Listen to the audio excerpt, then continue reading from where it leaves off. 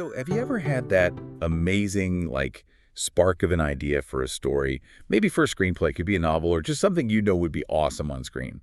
Oh, definitely. But then you hit a wall, right? You get the initial setup, it's decent, maybe even intriguing. Mm-hmm. But then you just stall out. You sort of spin your wheels on these half-baked concepts.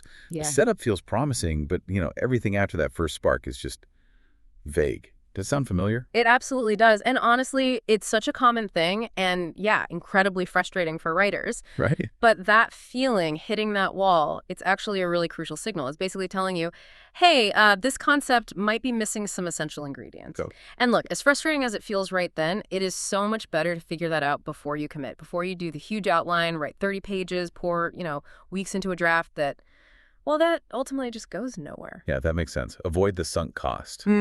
Exactly. So our mission today really is to give you some concrete strategies, tools to get you from that initial kind of fuzzy concept spark to a truly fully baked idea. Okay, let's unpack this then. Yeah. Because it's really tempting, isn't it, when you're stuck, to think, aha, I just need a killer twist, like that's the magic bullet. Right, the twist will solve everything. Yeah. But is that really the core issue? Or are we maybe, looking in the wrong place entirely? Well, what's fascinating here is that a twist, just by itself, it usually isn't the missing ingredient. Twists are incredibly powerful, don't get me wrong. Sure.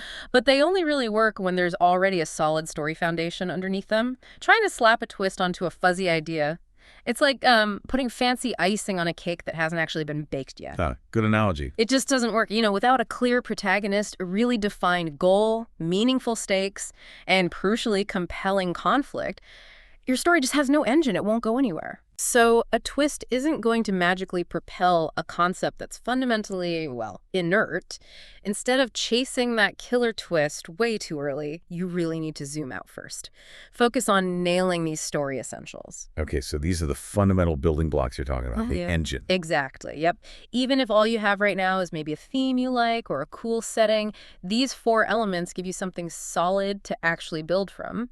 So first, you need that protagonist. Who are we actually following here? Right. Then, a goal, what are they really trying to achieve, specifically? Okay. Next up, stakes. Why does any of this matter? What happens if they fail?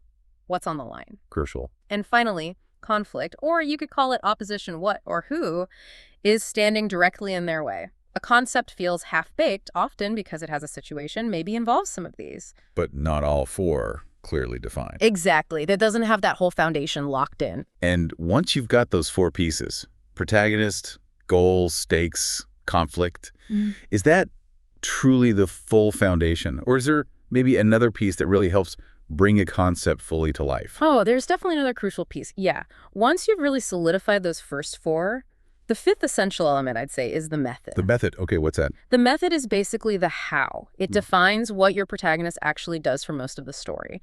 It's what makes your movie uniquely entertaining, and it clarifies what we, the audience, are actually going to see on screen.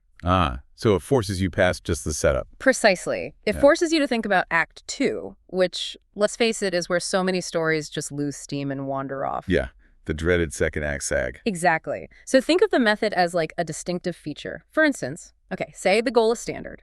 Catch a serial killer. Okay. The method could be to befriend and work with a notorious incarcerated serial killer. Right.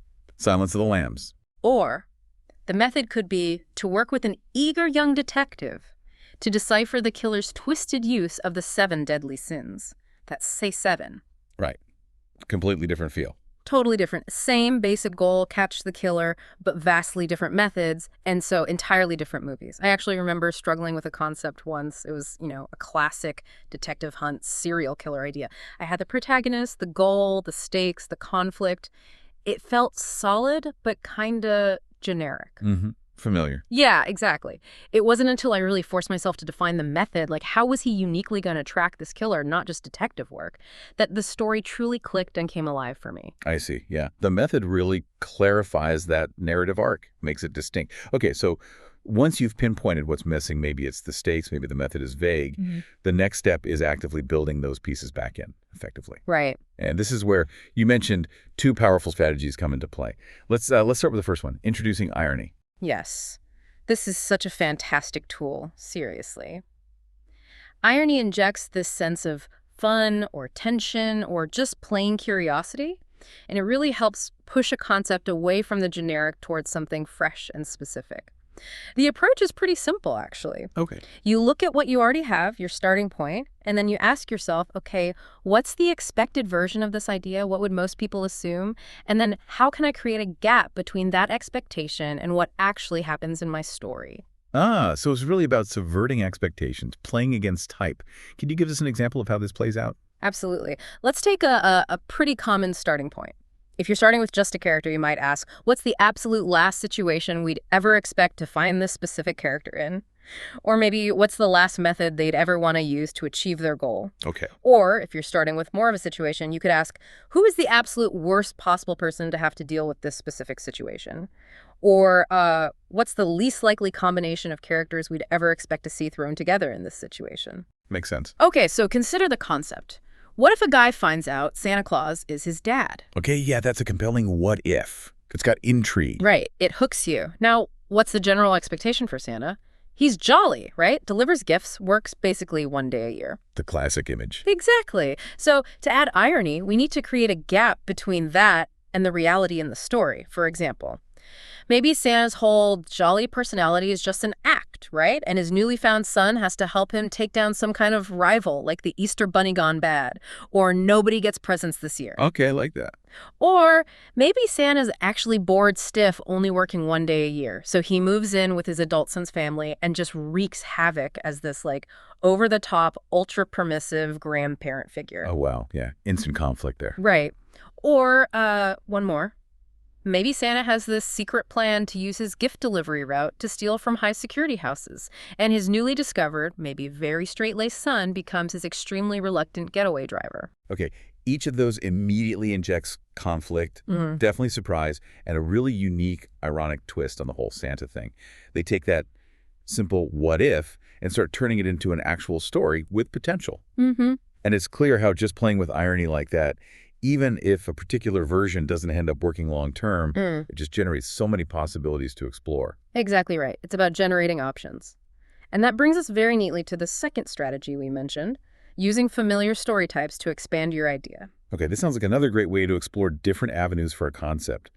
What do you mean exactly by story types? Well, think about common movie genres, or maybe better, sort of structural templates. Things like a buddy comedy, a heist movie, a road trip, a haunted house story, maybe a wish fulfillment plot, a revenge tale, a mystery, or even a contest movie. Gotcha, like established frameworks? Precisely. You can take your initial concept, whatever it is, and sort of filter it through these different frameworks. It helps you imagine what kind of story it could become. You're testing options, seeing where the energy feels strongest without having to fully commit to any single version just yet. Right, it's like trying on different outfits for your idea. Mm. So let's go back to our Santa example. What if a guy finds out Santa is his dad?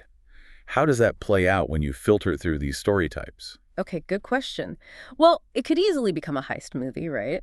Santa's newly discovered son, maybe he's a master safecracker down on his luck, has to help his dad steal back some magical family heirloom from a greedy toy billionaire who stole it. Okay, I can see that movie. Or it could be framed as a buddy comedy. Maybe you have this cynical, high-powered businessman who learns the father he never knew needs his help saving the family business, only to discover the family business is literally the North Pole workshop, and his long-lost dad is Santa Claus. Lots of fish out of water potential. Definitely.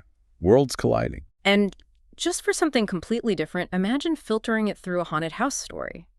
Maybe Santa and his very reluctant, skeptical son get trapped together on Christmas Eve in a creepy old house haunted by the ghosts of naughty children who never got presents. And they have to figure out how to appease the ghosts and escape before Christmas morning is ruined forever. Wow. Okay, it's genuinely remarkable how just applying those different types completely shifts the tone, the plot, everything. It unlocks totally different narrative directions. It really illustrates how you're not just like building one concept, you're actively building possibilities for it. It's absolutely all about exploring. Exploration first. And then once you do land on a version that feels pretty solid, has those core elements and maybe a clear method, you can often push it even further. How so? Well, ask yourself a few more questions, like, can I add another twist or surprise here? Really focusing on subverting audience expectations now that the foundation is strong. Yeah. Or Can I make it feel more relevant? Does it connect to something timely happening in the world or tap into a more universal human experience? Even just a small tweak in that direction can make it feel more resonant, more right now. Gives it extra depth. Exactly. And finally, just ask, can I escalate the core elements I already have? Can I make the goal even harder to achieve? Can I raise the stakes even higher, add more tension or obstacles to the conflict? Or maybe find even more irony between the different elements? The point is, don't just settle for the first version that kind of works. Keep pushing until you find the one that truly excites you. That's great advice. Don't stop at good enough. So, just to kind of wrap that part up, a promising what if is an excellent place to start, absolutely. But to really have a story that works, that holds up past those first few pages, you absolutely need those core elements locked in. Clear protagonist, compelling goal, meaningful stakes, strong conflict. The essential. The essentials. And then, crucially, define that method, the how to make sure the story has its own unique engine driving it forward. Right. And we should remember those two really powerful strategies we just explored.